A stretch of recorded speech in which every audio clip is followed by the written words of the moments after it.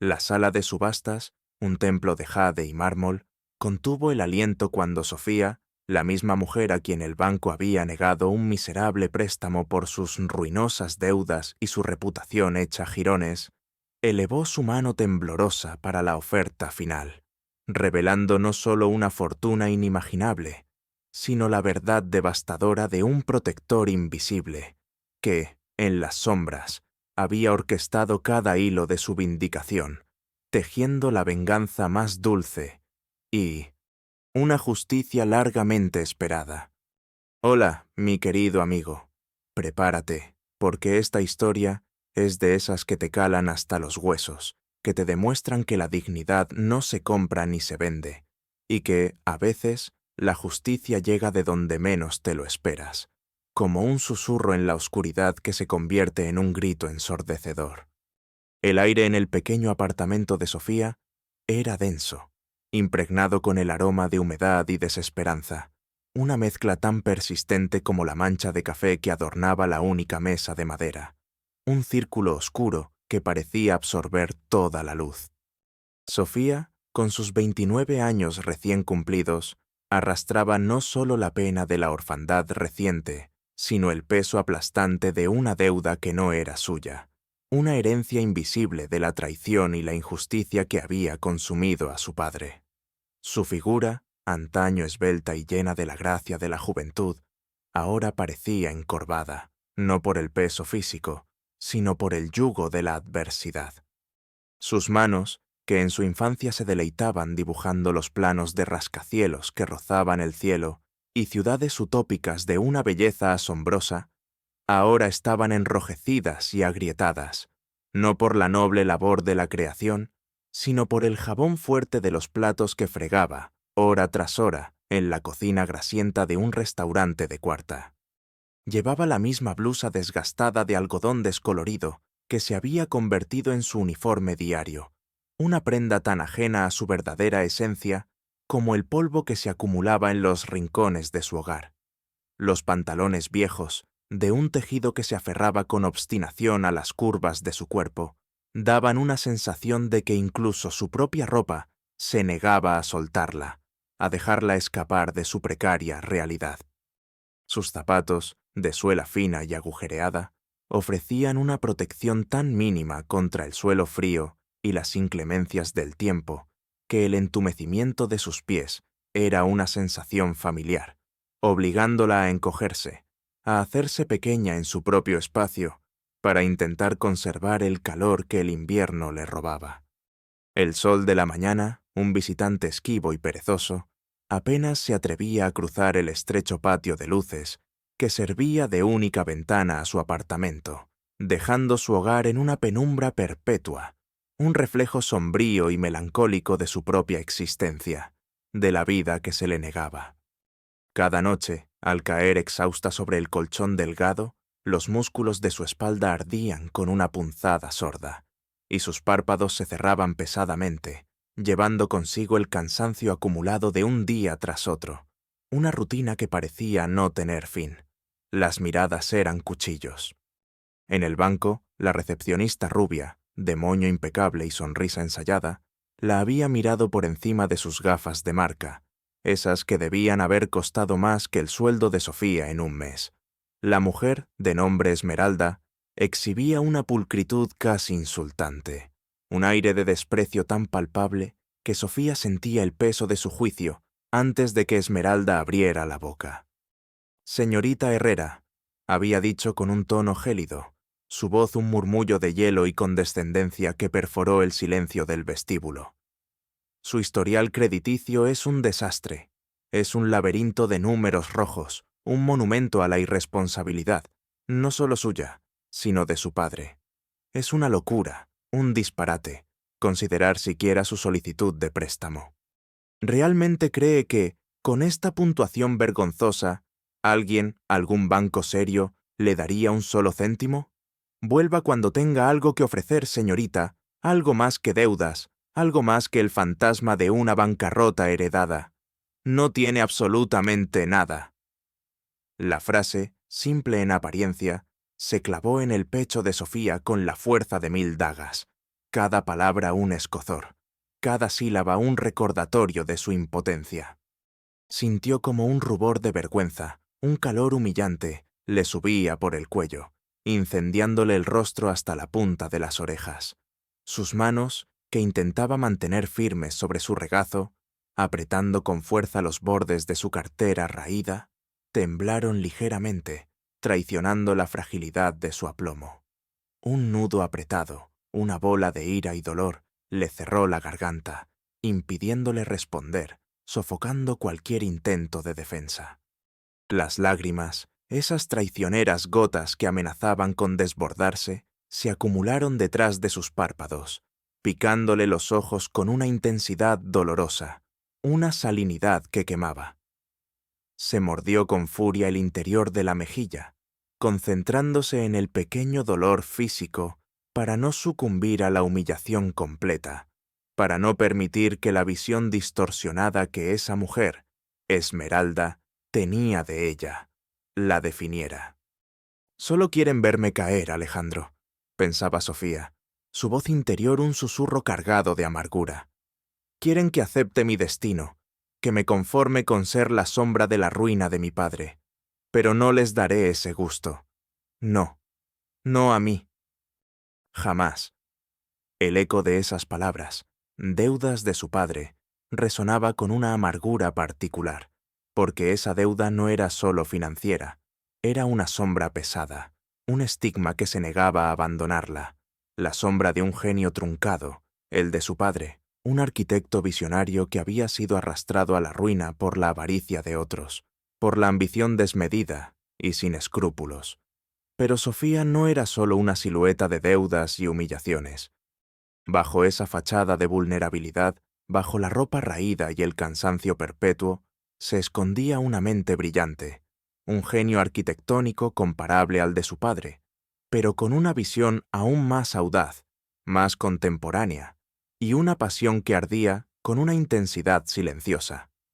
Poseía una capacidad innata, casi mágica, para visualizar estructuras complejas no solo en sus 3 dimensiones físicas, sino en su interacción vibrante con el entorno, la danza de la luz sobre sus superficies, el flujo de vida que se movería a través de ellas.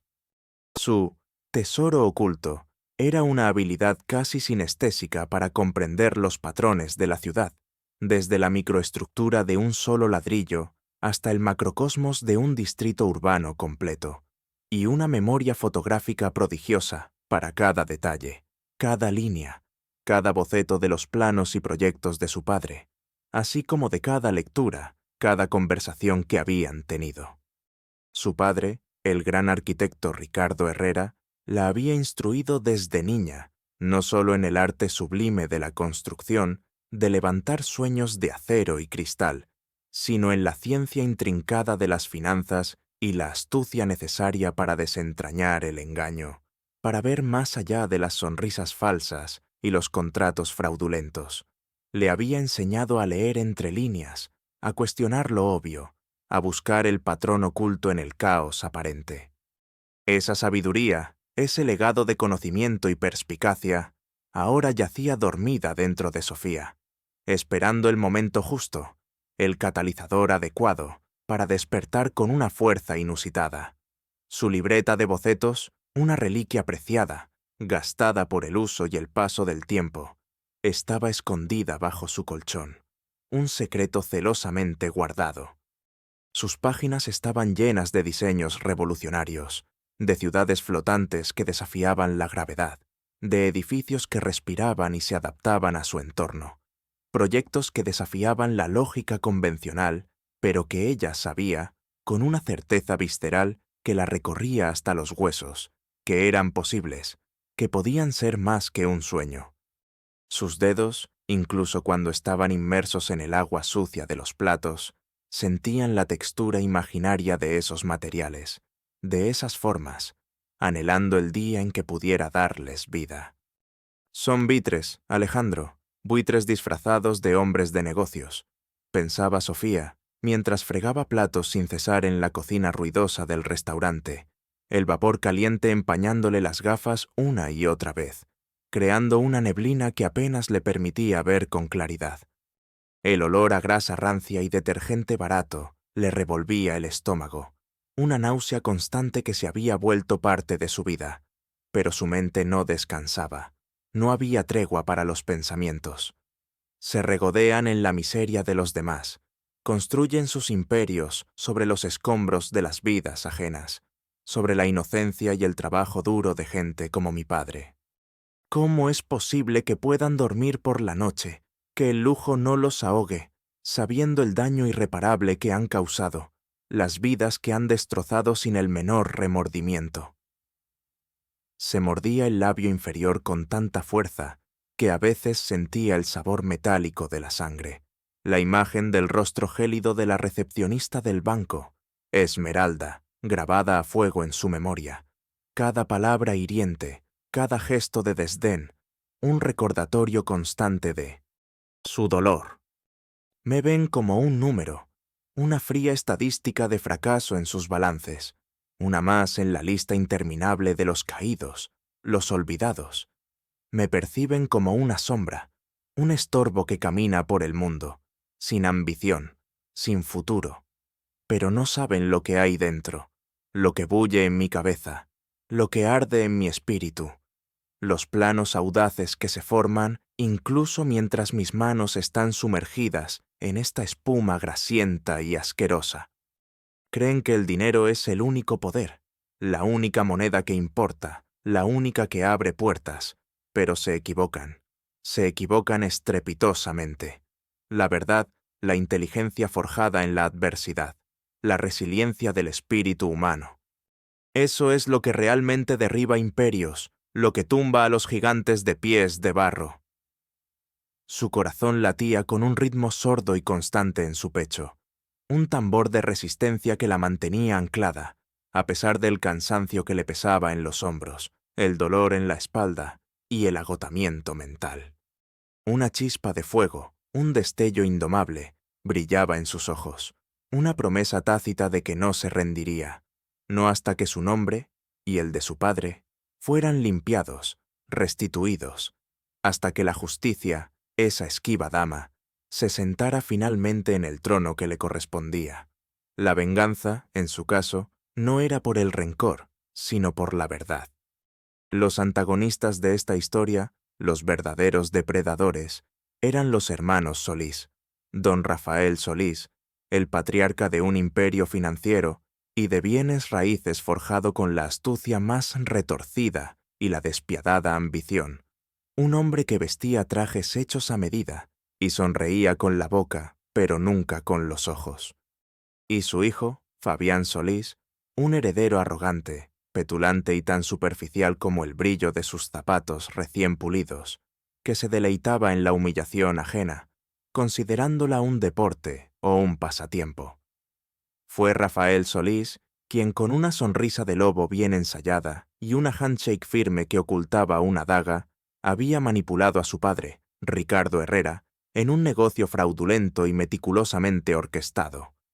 Se aprovechó de su idealismo, de su pasión por la arquitectura que lo hacía ciego a las maquinaciones del mundo corporativo, y de su confianza ciega.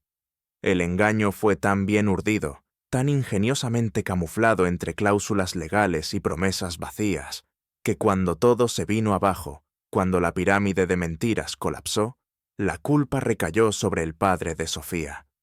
Aquello lo arrastró a la ruina financiera y finalmente a una muerte prematura por un ataque al corazón provocado por el estrés inmenso, la vergüenza insoportable y la pérdida de todo aquello en lo que había creído. Fabián, por su parte, había heredado la crueldad intrínseca de su padre, pero sin su astucia calculada. Se jactaba de sus logros vacíos, de sus propiedades compradas con el dinero sucio de su padre, y despreciaba a cualquiera que no encajara en su estrecho círculo de privilegio, de riquezas mal habidas. Un día, mientras Sofía se dirigía al restaurante para su turno vespertino, con el sol de la tarde tiñendo de naranja los edificios grises, cruzó por la plaza central. Precisamente en ese momento, se inauguraba con gran pompa y boato un nuevo complejo de oficinas diseñado, por supuesto, por Solís Construcciones. La escena era de un lujo obsceno. Alfombras rojas que cubrían la acera, copas de champán que tintineaban en manos enguantadas y oradores aduladores que ensalzaban la visión y el genio de la familia Solís. Sofía, mezclada entre la pequeña multitud de curiosos y transeúntes que se habían detenido a mirar el espectáculo, intentaba pasar desapercibida, ser una más entre las sombras. De repente, la voz altisonante de Fabián Solís resonó por los altavoces, amplificada y distorsionada por los sistemas de sonido, su risa despectiva llenando el aire como un eco hueco. Y pensar que hubo quienes dudaron de este proyecto. Pequeños soñadores, arquitectos con ideas demasiado grandes para su tiempo, que no entendían el verdadero valor de la inversión, del pragmatismo, de la realidad. Por suerte, los hemos superado, los hemos dejado atrás en el polvo del pasado. Esta imponente estructura es la prueba irrefutable de que solo los fuertes, los audaces, los que tienen visión y los que no temen pisotear a los demás son los que prosperan. Sus ojos, mientras decía esto con un gesto ampuloso, barrieron la multitud y por un instante fugaz se fijaron en Sofía, una mirada cargada de un desprecio tan frío y tan puro que le heló la sangre en las venas, paralizándola en el lugar. Él no la reconoció por su nombre, por supuesto, ni por su linaje, pero la reconoció como una de esas personas insignificantes que él despreciaba, como un elemento más del paisaje urbano que él creía poder dominar. Sofía sintió el impacto de sus palabras no solo en su oído, sino como un golpe físico directo en el pecho. La humillación se apoderó de ella, una ola de calor que le subió por el rostro hasta las orejas, tiñéndolas de un carmesí doloroso. Se sintió pequeña, más insignificante que nunca, atrapada en su ropa humilde, rodeada por el brillo cegador de un mundo que le había sido cruelmente arrebatado, un mundo que debería haber sido el suyo. Su corazón martilleaba en su pecho, un tambor de furia silenciosa y de dolor reprimido. Pequeños soñadores, repitió mentalmente, las palabras hirientes de Fabián retumbando en su cabeza, un eco constante. Mi padre no era un soñador, mi querido Fabián, era un visionario. Y ustedes son depredadores, simples ladrones de sueños y de vidas. Pero la historia, mi muy querido Fabián, aún no está escrita del todo. Esta humillación la devolveré multiplicada, te lo juro. Y no será con sueños, sino con la más cruda y aplastante realidad.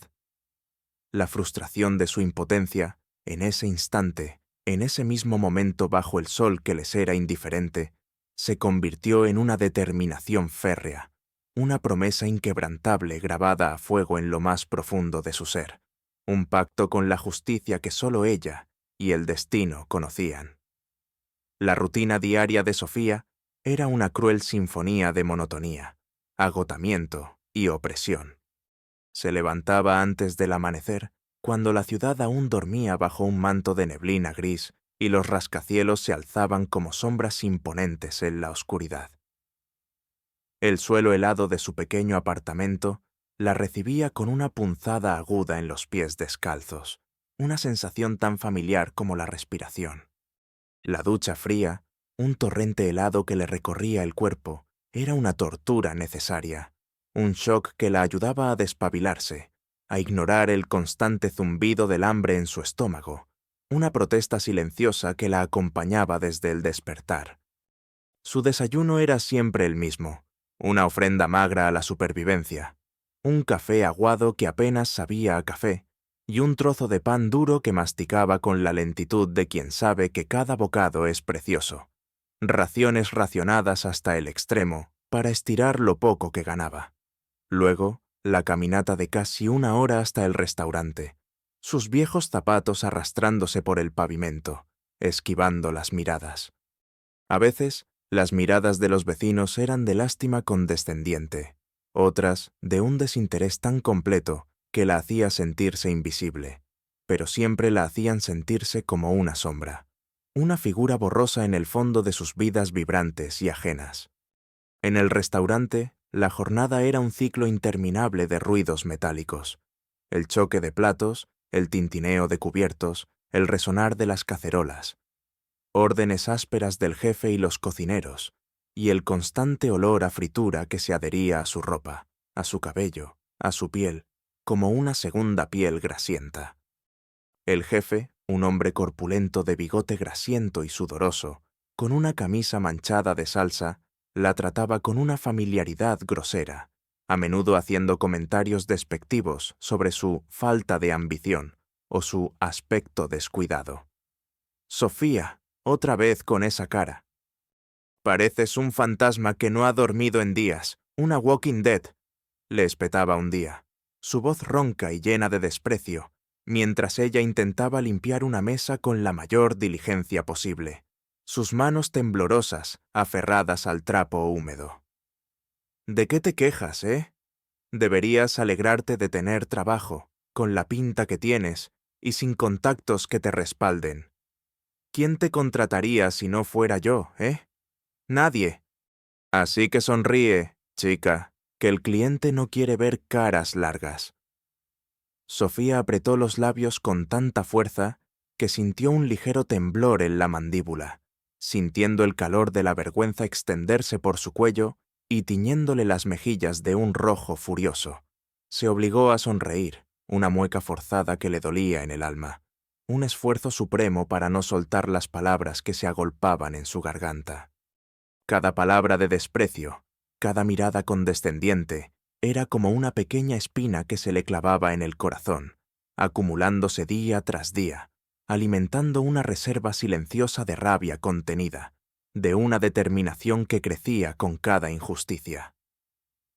Fue una tarde lluviosa de un miércoles, el tipo de día que el viento parecía arrancar el aliento, cuando Sofía, agotada tras un turno doble, regresaba a casa empapada y tiritando. Al llegar a su puerta, notó un sobre inusualmente grueso en el suelo, que no recordaba haber visto antes. No tenía remitente. Su corazón se aceleró con una mezcla de precaución y una punzada de curiosidad. ¿Quién podría enviarle algo? Lo recogió, sus dedos entumecidos apenas logrando sujetarlo. Dentro, para su asombro, encontró una serie de documentos que no podían ser sino una broma cruel. Eran recibos bancarios y certificados de pago, sellados y timbrados, que confirmaban el saldo cero de todas sus deudas pendientes, las tarjetas de crédito de su padre, la hipoteca de la casa de la abuela, los préstamos de estudios que Ricardo Herrera había solicitado para su educación y que Sofía había asumido tras su muerte. Todo. Había una pequeña nota, escrita a mano, con una caligrafía elegante y desconocida. El honor y la justicia siempre encuentran su camino. Busca en el archivo municipal, sección Proyectos no ejecutados, expediente H72. Tu padre nunca tuvo deudas, solo una deuda pendiente. No había firma ni nombre, solo esa frase enigmática y la referencia críptica. Sofía se quedó inmóvil en el umbral de su puerta, el agua de la lluvia goteando de su cabello, empapando el sobre. La incredulidad la golpeó como un rayo. ¿Esto era real? ¿Era una burla, una trampa, una ilusión producto del cansancio? Abrió y cerró los ojos varias veces, pellizcándose el brazo para asegurarse de que no estaba soñando. El dolor del pellizco fue real, pero los documentos también lo parecían. Las cifras, los sellos, la información, todo concordaba. Era imposible. Sus deudas, la losa que la oprimía, se habían esfumado. ¿Pero cómo? ¿Y quién? El nombre de su padre, el número de expediente, el archivo municipal, la chispa de esperanza, que había estado latente durante tanto tiempo, se encendió de golpe en su pecho, una llamarada ardiente que la llenó de una energía inesperada. Su mente, una vez más, comenzó a funcionar a una velocidad vertiginosa. «Deudas de mi padre, una deuda pendiente», repitió, la frase de la nota resonando en su cabeza. ¿Será que alguien sabía la verdad? ¿Alguien que mi padre conoció, quizás, y que esperó el momento justo para actuar? ¿Pero quién? ¿Y por qué? La incredulidad se mezcló con una determinación fría como el acero. Esto no era un regalo sin más, era una señal, un hilo de Ariadna que la guiaba fuera del laberinto de su miseria, hacia una verdad que aún no podía comprender del todo. La sospecha de un protector silencioso, un aliado oculto, comenzó a formarse en su mente. Su escepticismo inicial se desvaneció lentamente, reemplazado por la certeza de que algo monumental estaba a punto de revelarse. La adrenalina le corría por las venas, un calor inusual que la sacó del frío de la noche y la sumergió en un mar de preguntas y posibilidades. La historia de su padre, creía, aún tenía capítulos ocultos. El proceso de su transformación fue tan meticuloso como la construcción de un rascacielos, cada paso una viga en el armazón de su vindicación. La primera parada de Sofía, impulsada por la nota enigmática, fue el archivo municipal. La biblioteca era un laberinto de estanterías polvorientas y el aire olía a papel viejo y moho. La sección Proyectos no ejecutados era un rincón olvidado, una tumba para sueños arquitectónicos. Sus dedos, antes hábiles con planos, ahora se movían con una delicadeza reverente entre carpetas rotas y amarillentas. El expediente H72. El número resonaba en su mente. Lo encontró. Dentro había planos meticulosos para un complejo de viviendas sociales innovador, un proyecto visionario de su padre, Ricardo Herrera, que había sido cancelado abruptamente décadas atrás. Lo que la paralizó fue la pequeña anotación al pie de una de las páginas, apenas legible, en la caligrafía inconfundible de su padre. Rechazado por Solís. Alegan inviabilidad. Sospecho motivos ocultos. Aquella frase fue un puñetazo en el estómago de Sofía. Era la confirmación, el primer indicio tangible, la primera pieza de un rompecabezas que la oprimía. No fue un error, no fue una mala inversión, fue un complot, una traición desde el principio. Mi padre lo supo, lo intuyó, y ahora yo también lo sé. Se sentó en el suelo polvoriento, la espalda contra una estantería, las lágrimas corriéndole por las mejillas. No eran lágrimas de tristeza, sino de rabia, de una rabia helada que se asentó en sus entrañas. La certeza de la injusticia la inundó. Su mente, la prodigiosa mente de una arquitecta, comenzó a conectar puntos, a reconstruir el pasado. Durante las semanas siguientes, Sofía se sumergió en una investigación obsesiva. Las horas en el restaurante se hicieron insoportables. Cada plato sucio, cada comentario despectivo del jefe, la alejaban de su propósito. Pero en sus horas libres, y robándole al sueño, se transformaba. Se dirigía a la hemeroteca, leyendo microfilms y periódicos viejos, buscando cada mención de su padre, de Solís Construcciones, de los proyectos de la época. Descubrió patrones. Cada vez que el padre de Sofía presentaba un proyecto, Solís Construcciones lanzaba uno similar poco después, siempre un poco más lucrativo, siempre un poco menos ético. Encontró artículos sobre la súbita quiebra de la empresa de su padre, la misma que le causó el infarto. Había sido un proceso legal extremadamente opaco, lleno de tecnicismos y maniobras legales que Sofía, con su mente aguda, comenzó a desentrañar. Se dio cuenta de que las deudas de su padre no eran un fracaso de gestión, sino el resultado de un enmarañado plan para arruinarlo y quedarse con sus diseños y contactos. Los Solís lo habían exprimido como una naranja, dejando solo la cáscara. Cada revelación era un golpe, un escozor, una herida que se abría en el alma. Pero cada golpe también la fortalecía, la impulsaba a seguir. Sofía también se entrenó. Recordaba las clases de su padre sobre urbanismo, sobre la importancia de la estructura y el equilibrio. Se descargó software de diseño arquitectónico y con tutoriales en línea y su memoria fotográfica de los planos de su padre, pasó horas practicando, perfeccionando sus habilidades.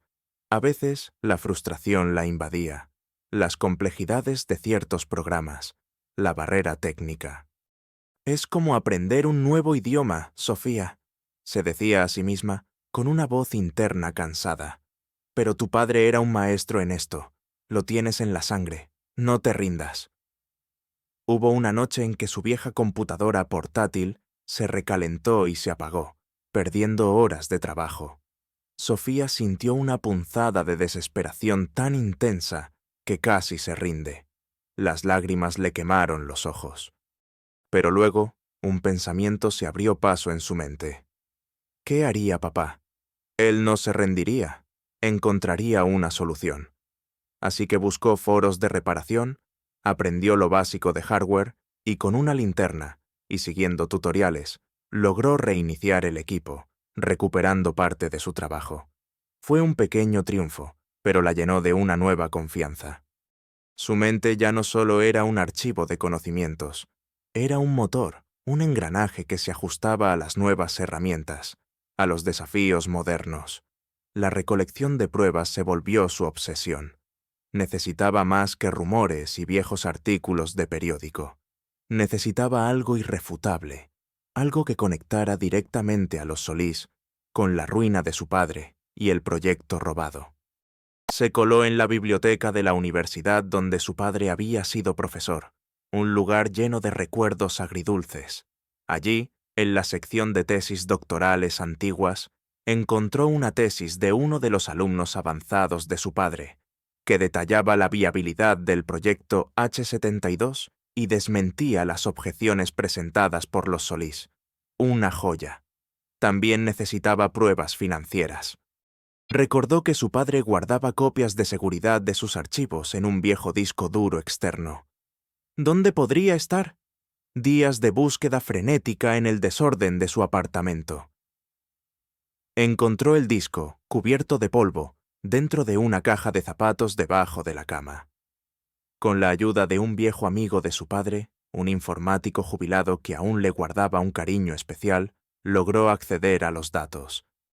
Allí estaban: contratos manipulados, correos electrónicos con amenazas veladas, registros de transferencias sospechosas que conectaban las cuentas de los Solís con la quiebra fraudulenta de la empresa de Ricardo Herrera.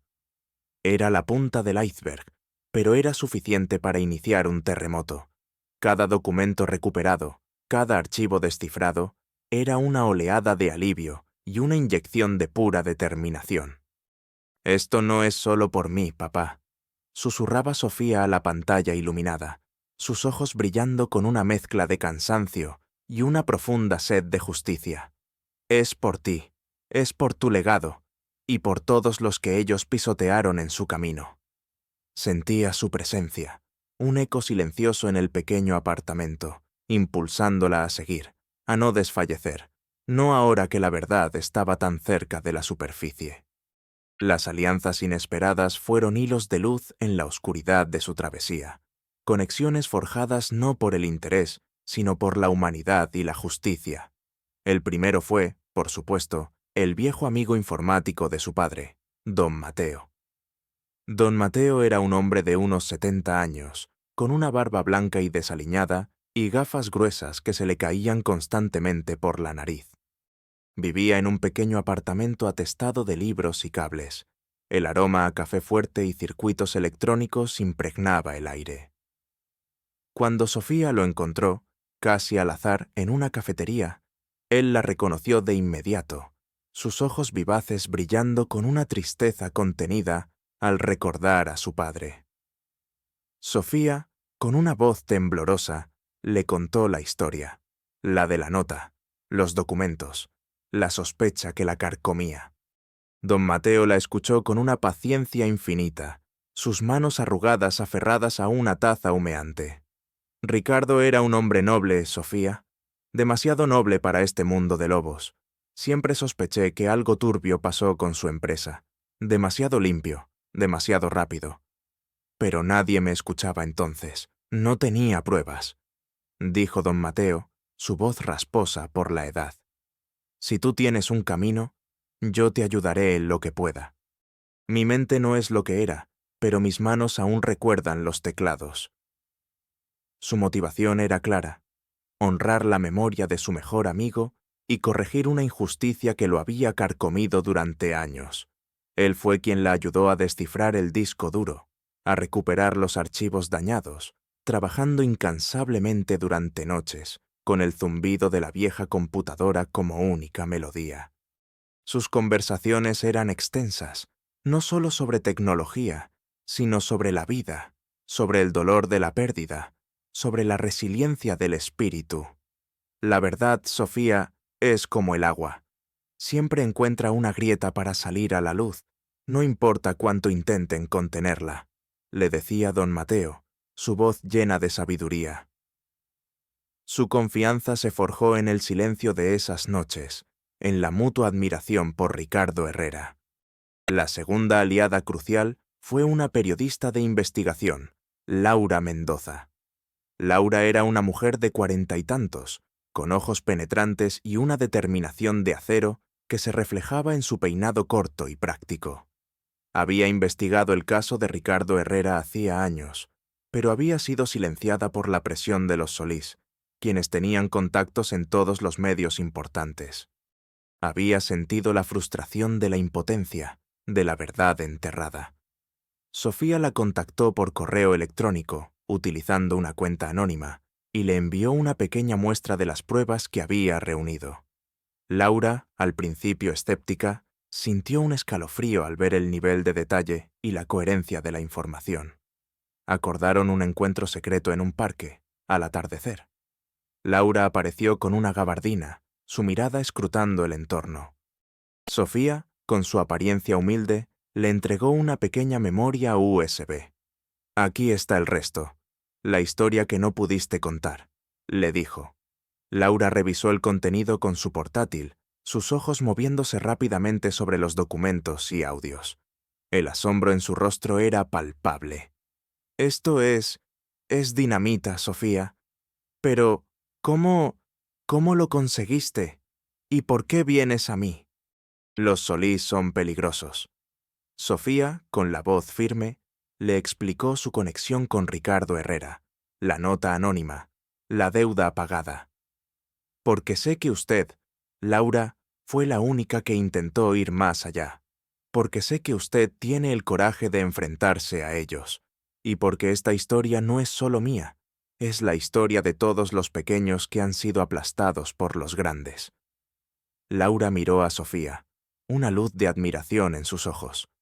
Vio no solo a una joven inteligente y determinada, sino la viva imagen de la justicia buscando su camino. «Lo haremos, Sofía», dijo Laura, una sonrisa de victoria asomándose en sus labios. «Esta vez nadie nos silenciará, ni a ti, ni a tu padre, ni a mí». Su compromiso fue un pacto sellado en la oscuridad de la noche, una alianza de mentes brillantes y espíritus indomables contra la tiranía de la corrupción. La tensión alcanzó niveles palpables, una cuerda que se estiraba hasta el punto de la ruptura. Los Solís, con su olfato de depredadores, comenzaron a sospechar que algo se movía en las sombras. Las pequeñas filtraciones de información que Sofía y Laura habían orquestado, noticias de irregularidades contables en empresas vinculadas a los Solís que aparecían en blogs financieros menores, rumores de investigaciones internas, empezaron a generar nerviosismo. Rafael Solís, el patriarca, un hombre acostumbrado a controlar cada faceta de su imperio, sentía el pulso de la ciudad acelerarse y no le gustaba. Su paranoia creció, alimentada por informes de sus abogados sobre una creciente curiosidad por parte de ciertas agencias reguladoras, aunque aún no había nada concreto. Un día, Fabián Solís, siempre arrogante, pero ahora con un rastro de sudor frío en la sien, visitó el restaurante donde trabajaba Sofía. No la buscaba a ella específicamente, sino a la dueña para negociar un contrato de suministro de alimentos para uno de sus eventos, una pequeña transacción que le permitía vigilar el bajo mundo. Pero la vio, absorta en sus tareas, su mirada más decidida de lo que él recordaba, un brillo inusual en sus ojos cansados. Se acercó a su mesa, dejando caer una moneda de 10 centavos con un tintineo despectivo. «Aquí tienes, pequeña». «Por tu esfuerzo», dijo con una sonrisa burlona, una mezcla de condescendencia y poder. No cambies nunca, ¿eh? La simplicidad es tan refrescante en estos días. Algunos nacieron para ser grandes, otros para servir mesas. Sofía sintió el calor de la ira subir por su garganta, un nudo apretado que le impedía respirar. Sus manos temblaron al limpiar la mesa. Miró a Fabián directamente a los ojos, y por un instante, el brillo de desafío en su mirada, la intensidad de su presencia, desarmó al joven Solís. Su sonrisa se borró, una expresión de incomodidad cruzó su rostro. Se sintió expuesto, aunque no sabía por qué. No te subestimes, Fabián, pensó Sofía, su monólogo interno una sinfonía de estrategia. Cada una de tus palabras es una flecha que me impulsa. La simplicidad, dices. Sí, la simplicidad de la verdad es lo que te derribará. Creer que soy invisible es tu mayor error. Eres como un pez gordo en un estanque, que no sabe que el estanque se está drenando lentamente. En otra ocasión, un par de hombres fornidos, seguramente matones de los Solís, se presentaron en el apartamento de Sofía. Ella estaba dentro, trabajando con don Mateo en unos últimos detalles. Escucharon los golpes en la puerta, brutales y exigentes. «Sabemos que estás ahí, Sofía Herrera. Esos papeles no te durarán para siempre. Es mejor que sepas con quién te metes», gritaron desde afuera, sus voces roncas y amenazantes. El corazón de Sofía se encogió. Un miedo visceral le heló la sangre. Don Mateo la tomó del brazo, sus ojos anchos de terror. «Son ellos. Te han encontrado», susurró. Sofía sintió el miedo, sí, el frío apretón en el pecho. Pero luego, la rabia la inundó. ¿Encontrarme? Todavía no me han encontrado, don Mateo. Solo han visto mi sombra. Rápidamente, don Mateo envió un mensaje preestablecido a Laura, y Sofía agarró una pequeña grabadora que Laura le había prestado, grabando los gritos y las amenazas. La policía llegó en cuestión de minutos, alertada por Laura. Los matones huyeron, pero el mensaje era claro. Los Solís se sentían acorralados. Su desesperación crecía. El monólogo interno de Sofía en esos momentos era un torbellino. «Están reaccionando. Eso significa que estamos cerca. Esto es peligroso, sí, pero el miedo no puede paralizarme ahora. El plan está en marcha. Cada amenaza es una confirmación de su culpa, de su debilidad». La adrenalina corría por sus venas, un fuego que la mantenía despierta y alerta. Sabía que la confrontación final era inminente. El clímax explosivo, la revelación central y la vindicación. La sala de subastas de la prestigiosa casa Belvedere, un templo de jade y mármol pulido, estaba atiborrada. Cientos de los más influyentes magnates, coleccionistas de arte y financieros de la ciudad se habían congregado, sus murmullos apagados por el eco de la imponente arquitectura. La iluminación, cuidadosamente diseñada, bañaba las obras de arte y las antigüedades con un brillo etéreo, creando una atmósfera de solemnidad y expectación. El objeto de la puja de aquella tarde era la venta del antiguo complejo de oficinas, donde el padre de Sofía había tenido su primer estudio, un edificio histórico que ahora los Solís, en su incesante expansión, habían adquirido para demoler y construir un nuevo rascacielos. La venta era una formalidad, un trámite legal para deshacerse de la propiedad antes de su inminente demolición. Don Rafael Solís y Fabián Solís estaban sentados en la primera fila, con sonrisas de suficiencia grabadas en sus rostros, rodeados de sus abogados y asesores, seguros de que nadie osaría desafiar su poder. El ambiente era de expectación complaciente, el aire viciado con el aroma a perfumes caros y la promesa tácita de millones. Nadie, absolutamente nadie, podía prever el cataclismo que estaba a punto de desatarse. El subastador, un hombre corpulento de voz potente y gestos precisos, golpeó su martillo. «Y ahora, damas y caballeros, el lote número 27, la propiedad del antiguo complejo Edificio Herrera, un terreno privilegiado en el corazón financiero de la ciudad».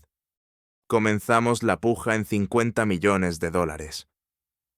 Varias paletas se alzaron rápidamente, subiendo el precio en incrementos de millones. Fabián Solís levantó su paleta con desdén. 150 millones. Una risa ahogada recorrió la sala. La venta parecía un hecho. 150 millones a la derecha. ¿Alguna oferta mayor? El silencio se hizo pesado, roto solo por el murmullo expectante. Justo cuando el subastador iba a dar el último golpe de martillo, una mano se alzó al fondo de la sala, con una lentitud deliberada, casi ceremoniosa. Era Sofía, pero no era la Sofía desaliñada del restaurante. Llevaba un traje oscuro de corte impecable, sobrio pero elegante, que se ajustaba a su figura con una perfección que revelaba su estatura y su porte. Su cabello, antes descuidado, estaba recogido en una coleta baja que acentuaba la nobleza de su rostro. Sus ojos, antes llenos de cansancio, ahora brillaban con una luz gélida y una determinación inquebrantable.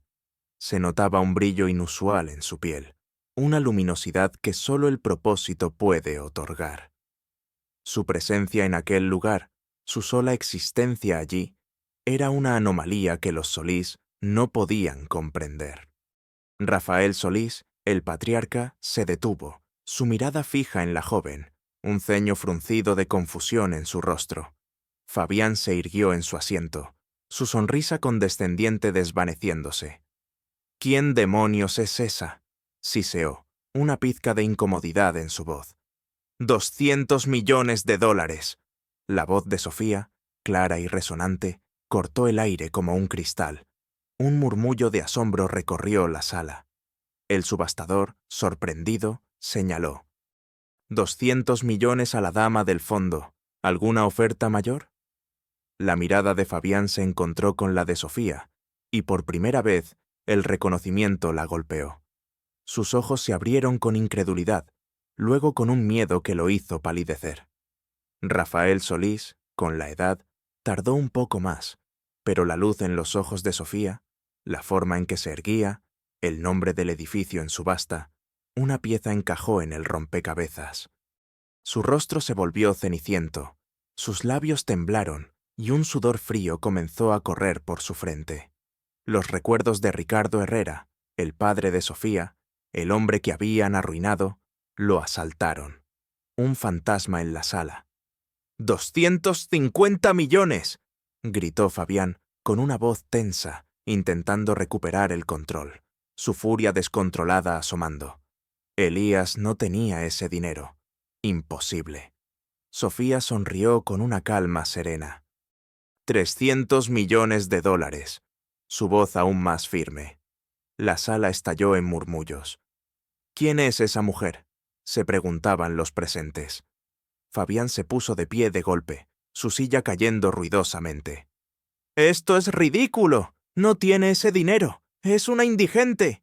Es la hija de ese arruinado Herrera. Debe haber un error». Su voz era un grito agudo de desesperación y negación.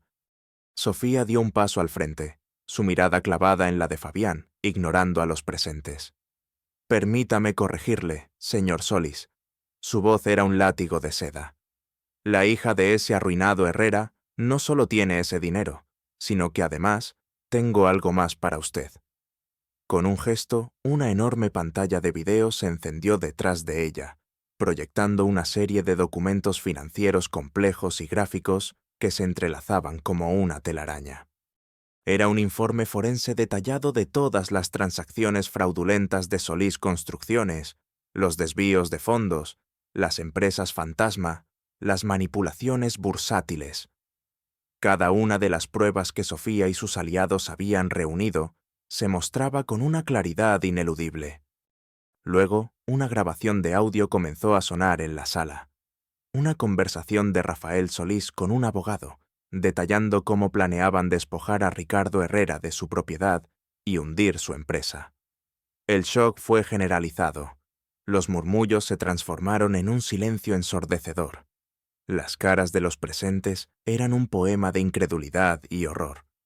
Fabián Solís se llevó las manos a la cabeza. Su cuerpo temblaba incontrolablemente.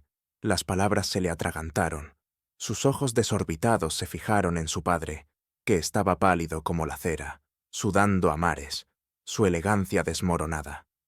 Rafael Solís intentó levantarse, balbuceando. «¡Esto es un montaje! ¡Una calumnia! ¡Es una locura!». Pero sus palabras se perdieron en el estruendo de la verdad. Fue Laura Mendoza, la periodista, quien estaba sentada entre los espectadores, la que rompió el silencio.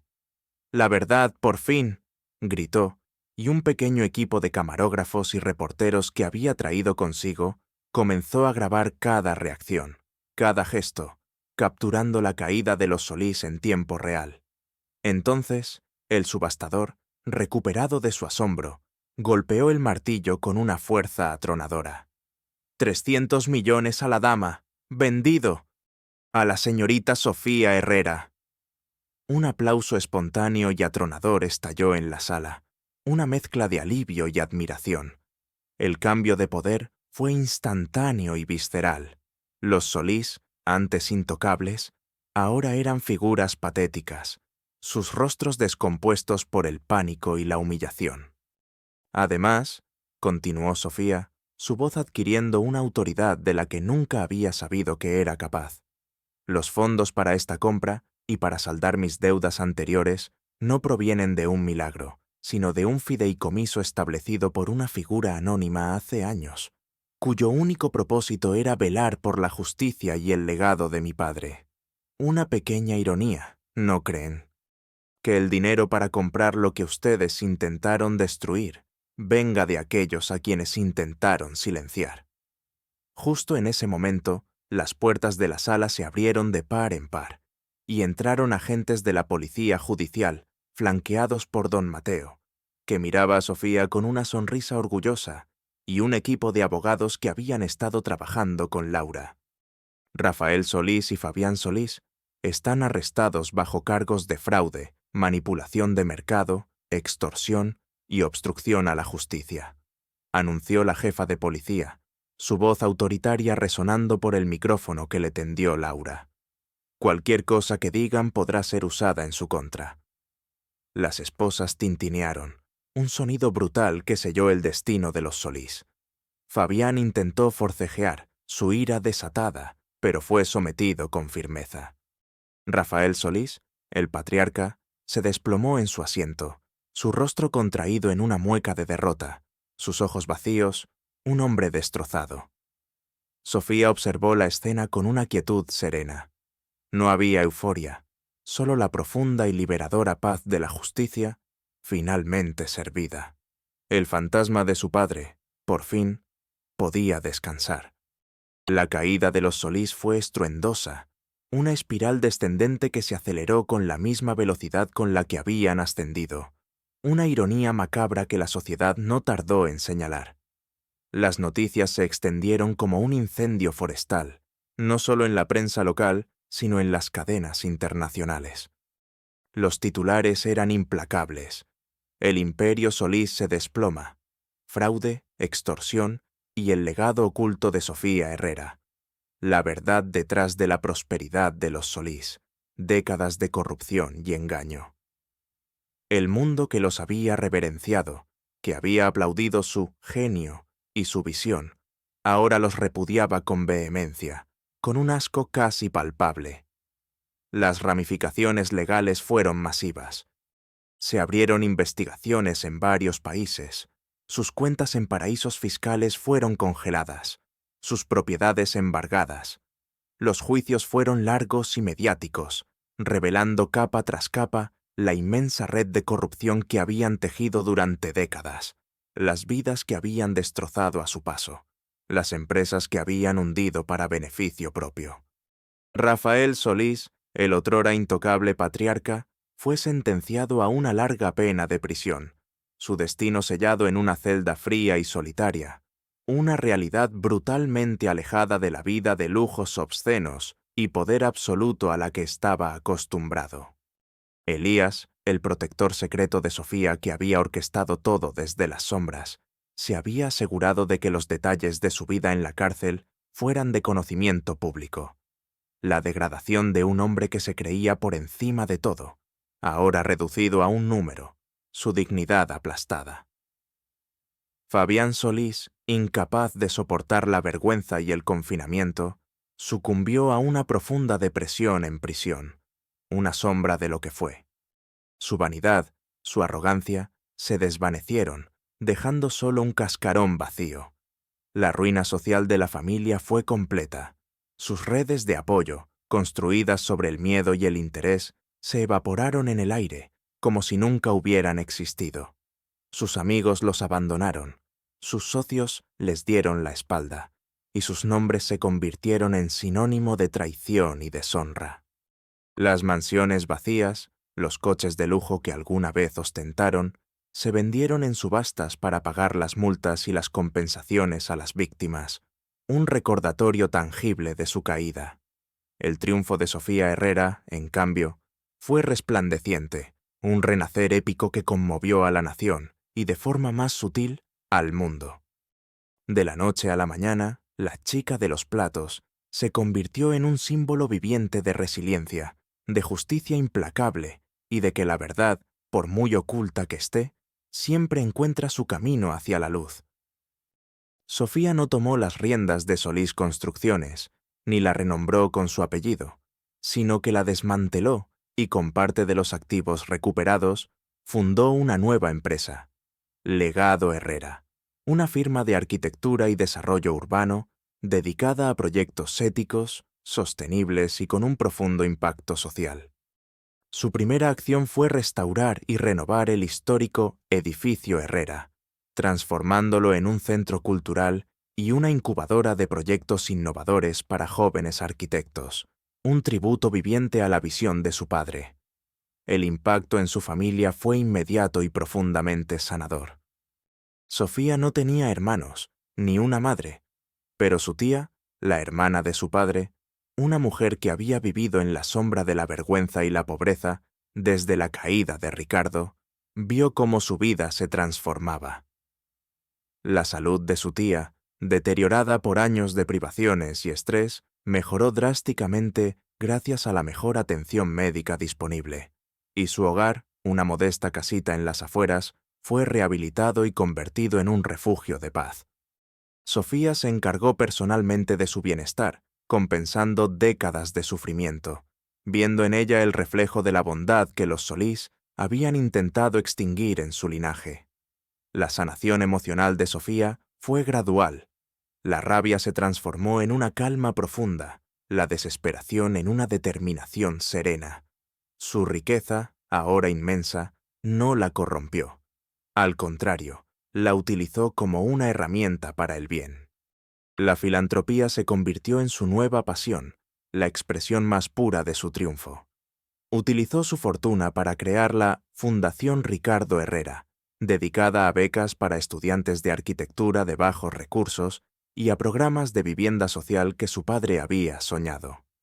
Fundó albergues dignos para las personas sin hogar, donde no solo se ofrecía comida y techo, sino también oportunidades de capacitación laboral, apoyo psicológico y un camino hacia la reinserción en la sociedad. Quería que nadie más experimentara el tipo de invisibilidad, de humillación, de desesperanza que ella misma había padecido. Su nueva oficina, en el último piso del renovado Edificio Herrera, era un espacio de vidrio y luz, con vistas panorámicas de la ciudad que una vez le había dado la espalda, una ciudad que ahora, bajo su influencia, comenzaba a cambiar. En su escritorio no había figuras de lujo, sino una simple taza de café y fotografías de los jóvenes beneficiarios de su fundación, sus rostros llenos de esperanza. Su paz interior era palpable, una calma profunda que solo se logra después de haber superado la adversidad más extrema y haber encontrado el propósito verdadero. Hubo reencuentros significativos, momentos cargados de simbolismo y matices emocionales. Un día, Sofía se encontró con Esmeralda, la recepcionista rubia del banco, en un evento de gala al que Sofía había sido invitada como oradora principal. Esmeralda, ahora visiblemente envejecida y trabajando en un puesto menor tras el escándalo de los Solís, la reconoció al instante. Al ver a la Sofía transformada, una mujer de poder y elegancia, sus ojos se abrieron con una mezcla de incredulidad y una vergüenza tan profunda que le tiñó las mejillas de un rojo intenso, casi doloroso. Su postura se encorvó ligeramente, como si el peso del arrepentimiento la abrumara. Intentó disimular, bajar la mirada, pero Sofía, con una sonrisa amable y una mirada que no contenía reproche, solo entendimiento, se acercó. «Buenos días, señora», dijo con una voz suave y serena, desarmando cualquier defensa. Esmeralda solo pudo asentir con la cabeza, incapaz de articular una palabra, sus labios temblorosos en una mueca de profunda incomodidad. Sofía no la humilló. Su simple presencia, su transformación, su ascenso a la cima, era el castigo más grande, una lección silenciosa de que la compasión es más poderosa que el juicio y que las apariencias son el velo más engañoso que puede existir. Otro día, visitando uno de los albergues de su fundación, se cruzó con el jefe del restaurante, el hombre corpulento de bigote grasiento que la había despreciado. Él estaba allí, buscando ayuda, habiendo perdido su negocio y su dignidad tras una serie de malas decisiones. No la reconoció al principio. Sofía, sin decir su nombre, le ofreció un puesto como supervisor de cocina en el mismo albergue, un trabajo que le permitiría recuperarse. El hombre, atónito por la inesperada amabilidad, aceptó con lágrimas en los ojos, con una humildad que nunca había exhibido. Nunca supo que la mano que le ofrecía una nueva oportunidad era la misma que un día intentó pisotear, ni que la mujer que ahora era su benefactora era aquella a la que había humillado sin piedad. Sofía, al verlo, solo sintió una profunda compasión. Su venganza no era devolver el golpe, sino mostrar que había una forma mejor de vivir. Sofía Herrera vivió muchos años más, convirtiéndose en un faro de esperanza y un testimonio viviente de que la dignidad humana es inalienable, y que la perseverancia, cuando está acompañada de un propósito noble, es el combustible de los milagros. Su historia se convirtió en una leyenda, contada en universidades y foros internacionales, un eco que recordaba que la verdadera valía de una persona no reside en el brillo de sus posesiones, ni en el grosor de su cuenta bancaria, sino en la fortaleza inquebrantable de su espíritu y la pureza de su corazón, en la capacidad de levantarse de las cenizas y construir un mundo mejor. El mensaje imperecedero que legó al mundo fue claro: nunca subestimes a nadie, porque la verdadera nobleza no se mide por la riqueza heredada o el poder adquirido con engaños, sino por la capacidad de levantarse de la ceniza, de perdonar, de luchar por la justicia y de usar la propia experiencia, por muy dolorosa que sea, para iluminar el camino de los demás. Su vida fue un testamento de que, incluso en la oscuridad más profunda, la luz de la verdad y la compasión siempre, siempre, encontrará un camino para brillar. Y así, la mujer que fue invisible se convirtió en una luz que guió a generaciones, demostrando que la verdadera fortuna no está en el oro, sino en el legado de bondad, en la construcción de sueños con cimientos sólidos de ética y en la inquebrantable búsqueda de la justicia. Su memoria, y la de su historia, perduraría por los siglos, un susurro de esperanza en cada rincón olvidado del mundo, recordándonos que el valor real de una persona no reside en el tamaño de su cuenta bancaria o en el lustre de su apellido, sino en la indomable resiliencia de su espíritu y en la profunda humanidad que anida en su corazón. La verdadera grandeza, al final, siempre se revela, no importa cuántas capas de polvo y olvido intenten ocultarla.